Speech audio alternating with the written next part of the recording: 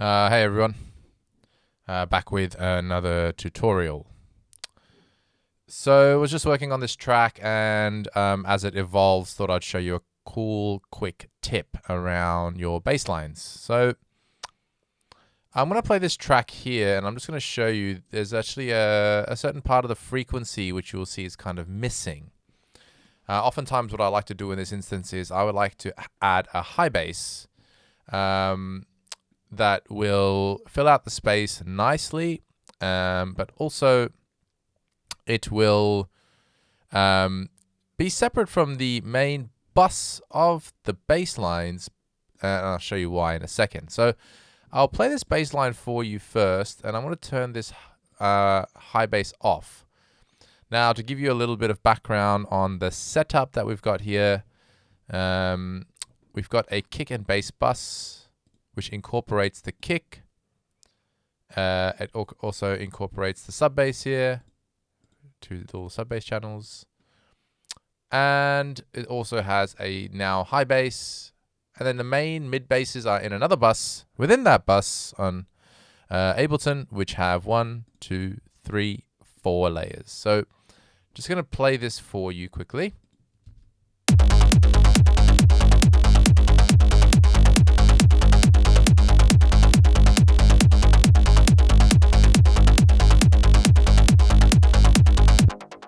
Sounds great. Now I'll play the whole track in its entirety.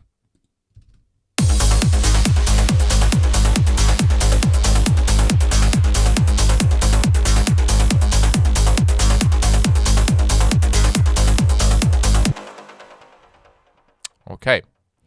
However, with that in mind, when we're looking at the intro,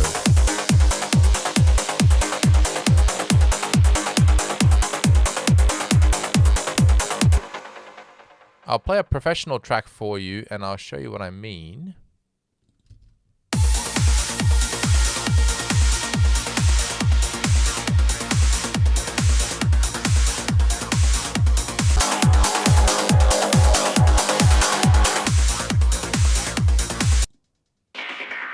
That's the reference track we have there. There is an element of the sort of higher regions which seems a bit hollow, and that's where this high bass comes in. Now, it'll make more sense when I play it, but essentially sometimes you want to fill out the entire track, but you'll have this sometimes a section missing, where in this case it's the high end, which it needs to fill out to sound more full. And I'll give you an example of that. I'll play this part here when the arps come in, and you'll see how instantly these arps take that place. So let's just play this here.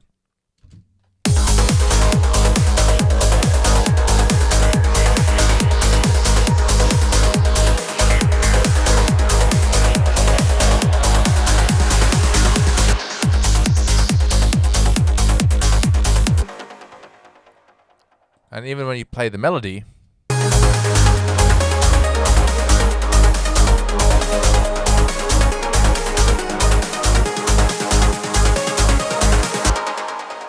it fills out that sort of lead area. So sometimes to incorporate that, what we can do is introduce a high bass.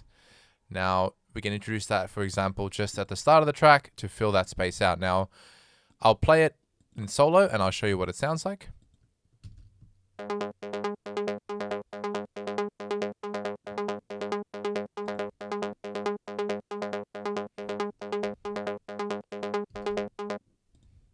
And I'll just put the freeze on so you can actually see.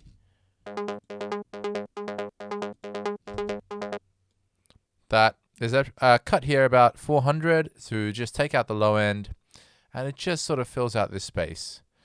Now, we can see there's probably some information there that's missing, and we can use a little bit of a boost to bring that up.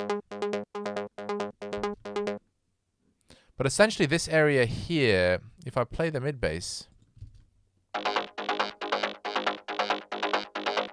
I'll play the high bass with it,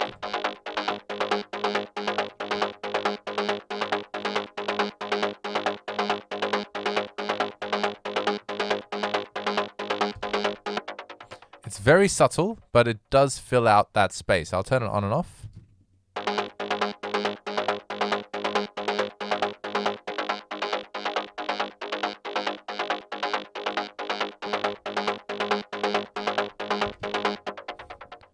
Now, when something like this is introduced, it's known as mostly as what's called an inaudible element. Not all elements that you introduce will be fully audible, but they will create a sense of space being filled out in the mix, which is very important. So I'm just going to play this in the entirety of the track on the intro, and we're just going to turn this high bass on and off.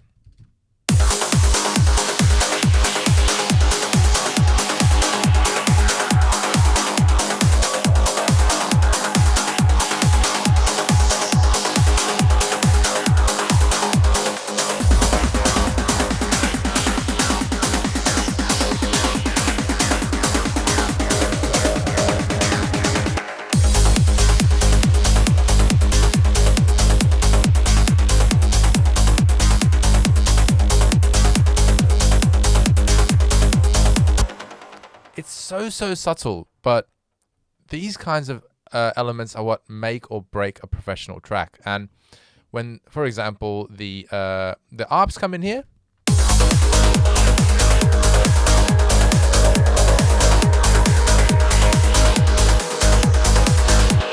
we see that section being occupied. Now we can leave the high bass in there as well.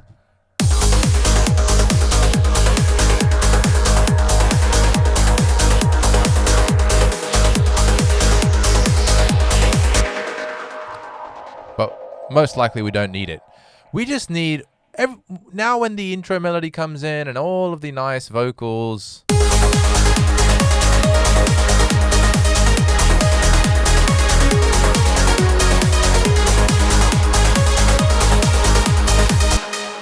we just don't want the start of the track to sound flat in comparison.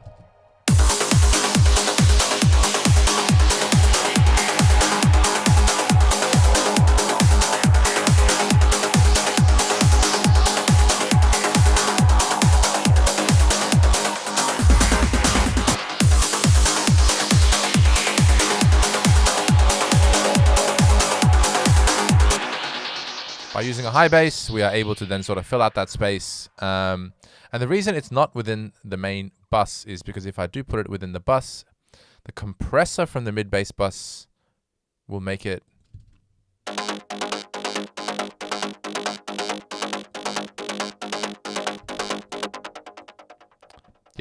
just in this particular case, it's better to sit outside. Now, you can see it kind of squashes it down too much. And I like that bit of compression on our mid bass. Let's just check that again. Now this one's gone for a pretty heavy compression just to get the feel of the tightness. That's how we've gone for this track. You can open that up a little bit more. But in those cases, the high bass really does come into effect nicely. Now, instead of a high bass, I can probably use something like an ARP. So now I'm just going to go off the whim here. But for example, notice that the high bass, it's set to the higher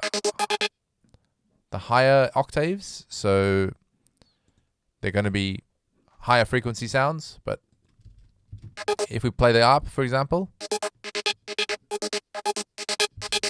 now that's an arpeggiator on this one. So we actually have to, if I don't know what an arpeggiator is, guys, sometimes in a synth you will have what's called arpeggiation, which is the synth does the work for you.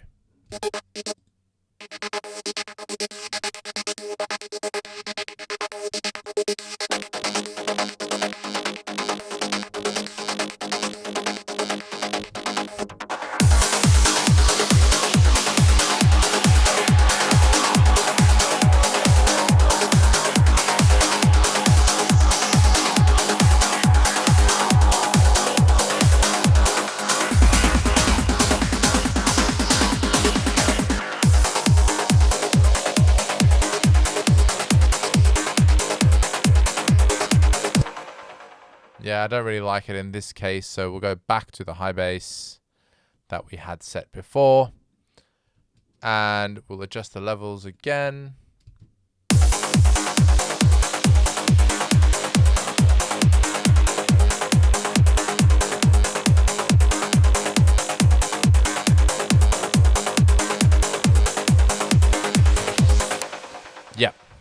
So we can see it's filled out that frequency zone that we needed filled out quite nicely. And once all the ARPs kick in, well, it does the work. So definitely use that trick if you want. Remember, not every single element that you bring into a track has to be used throughout the entirety of the track. In this particular case, we've just used it pretty much exclusively in the intro, and I reckon I'll probably, when the outro comes in, again, probably just use it in the outro, just to give it that little bit of extra feel. In that zone that is now, when the lead elements are not there, it's basically empty, so we wanted to fill that out nicely. All right, guys, I'll leave it there for today. Just a quick tip, and I'll see you in the next one.